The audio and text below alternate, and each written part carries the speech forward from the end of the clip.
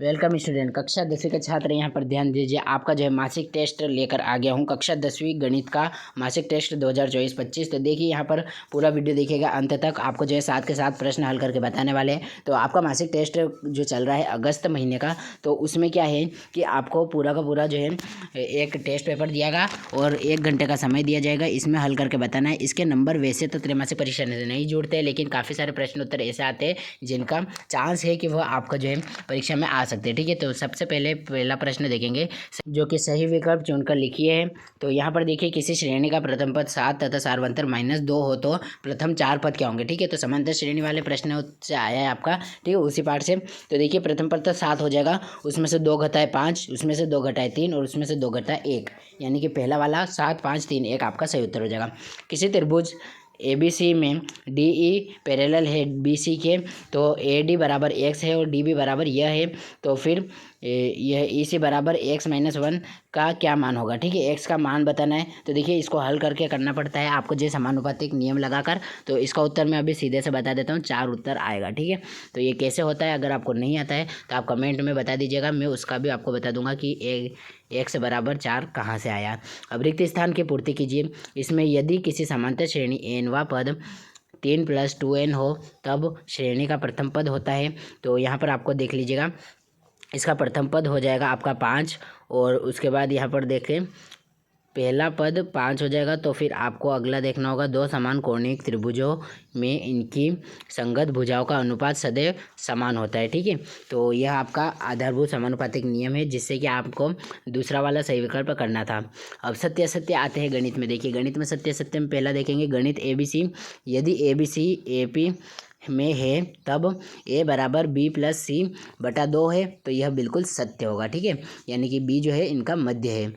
अब यदि एक त्रिभुज के 2 कोण एक अन्य त्रिभुज के क्रमशः कोणों के बराबर है तो त्रिभुज समरूप होगा, बिल्कुल सत्य है। ठीक है, दोनों कथन आपके सत्य निकले हैं। अब चौथा देख लेते हैं, एक शब्द या एक वाक्य में उत्तर दीजिए। तो 5 10 15 के 8 पदों का योग क्या होगा। तो ये योग वाला आपको जो है सूत्र लगाना है, SN बराबर वाला। ठीक है, तो इसका योग जो है आप निकाल लीजिएगा उस सूत्र से। तो मैं यहाँ पर आपको जो है डायरेक्ट ही बता देता हूँ इसका उत्तर क्या होने वाला है। ठीक है, तो 5 10 15 8 पदों का योग होने वाला है 180। ठीक है, इसके बाद क्या सभी वर्ग समरूप होते हैं। जी हाँ, वर्ग क्या होता है, जिनकी चारों भुजाएं समरूप हो।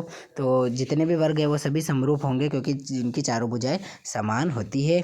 तो इसमें आपको हाँ, फिर उसके बाद हिंदी में लिखना होगा, हाँ सभी वर्ग समरूप होते हैं। ठीक है, अब यहाँ पर देखिए आपके जो है ऑब्जेक्टिव जितने भी थे वो 4 प्रश्न तक खत्म हो जाते हैं। अब हमारे चैनल को सब्सक्राइब कर लो, क्योंकि आपके लिए अब लेकर आए हैं 2 अंक के प्रश्न। समांतर श्रेणी का प्रथम पद एवं सार्व अंतर ज्ञात कीजिए यदि इसका तीसरा पद 5 और 7वां पद 9 हो तो। ठीक है, तो आपको जो है A बराबर 5 लिख लेना है और उसके बाद A7 बराबर 9 लिख लेना है। ठीक है, इसके बाद देख लीजिए तीसरा पद और 7वां पद लिख लेना है इस प्रकार से। उसके बाद आपको जो है इनका योग करना है। ठीक है, इसका जो है आखिरी पंक्ति निकालना है। तो AN बराबर A + n-1D। तो आपको जो है यहाँ पर देख लेना है, ये सूत्र आपका लगा लेना है। 5 का क्या था 1 + 2D और 9 का है 1 + A + 6D। अब इनको जो है आप विलोपन विधि से करेंगे तो -4D बराबर -4 आएगा, माइनस से माइनस कट के 4 भाग में गया तो D बराबर 1, यानी कि सार्वंतर आपका 1 हो जाएगा। तो आपको प्रथम पद ज्ञात करना है। तो सार्वंतर अगर आपका 1 है तो फिर प्रथम पद क्या हो जाएगा। देखिए A + 2 यानी कि 5 आया था, तो फिर A कितना आया, तो 2 को उधर से घटाया 3, तो प्रथम पद आपका आ गया 3 और D यानी कि सार्वंतर आपका आ गया 1। ठीक है, और समझ में नहीं आया हो तो वीडियो को एक बार फिर से जो है आप बैक करके देख लीजिए, आपको जो है सवाल जल्दी जल्दी समझ में आ जाएंगे। और जितने भी स्मार्ट स्टूडेंट्स हैं उन्होंने तो ये सवाल काफ़ी आसानी से चुटकियाँ बजाते ही कर लिया होगा। अब छठा देखें, प्रथम 100 घन पूर्णांक संख्याओं का योग ज्ञात कीजिए। ठीक है, तो इसका उत्तर आ जाएगा 1 2 3 4 5 100 तक। ठीक है, प्रथम 100 धन पूर्णांक, तो ये आ गए। उसके बाद पहला पद A है और उसका डिफरेंस तो सिर्फ और सिर्फ 1 का होगा, है ना। A2 - A1 यानी कि 2 में से 1 घटाओ या 3 में से 2 घटाओ या फिर 5 में से 4 घटाओ, 1 ही आना है डिफरेंशिएट। और आखिरी पद यानी कि AN बराबर होगा आपका 100। ठीक है, तो अब इनका योग करना है। तो योग का सूत्र जैसा कि मैंने आपको बताया था, एस बराबर एन बटा दो 2a plus N minus 1d।